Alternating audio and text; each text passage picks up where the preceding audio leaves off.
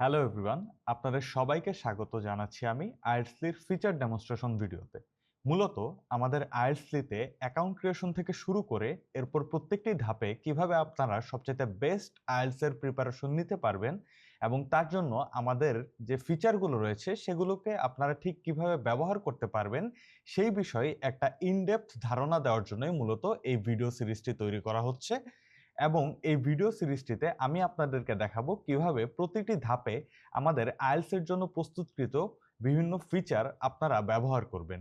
চলুন ভিডিওগুলো শুরু করা যাক। এই ভিডিওতে আমরা দেখব একজন নতুন ইউজার হিসেবে কিভাবে আপনারা আইএলটিএস তে অ্যাকাউন্ট খুলবেন। এর জন্য প্রথমে আমাদের যে ওয়েবসাইটটি রয়েছে ielts3.ai, এই ওয়েবসাইটটাতে আপনাদেরকে প্রবেশ করতে হবে এবং এই ওয়েবসাইটের একদম উপরেই আপনারা কিন্তু সাইন ইন অপশনটি পেয়ে যাবেন।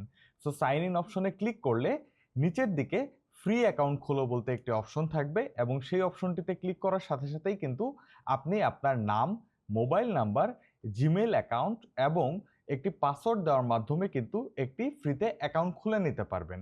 এছাড়াও এই পুরো প্রক্রিয়াটি সহজ করার জন্য কিন্তু আমরা গুগলের মাধ্যমেও সাইন আপ করতে পারবো।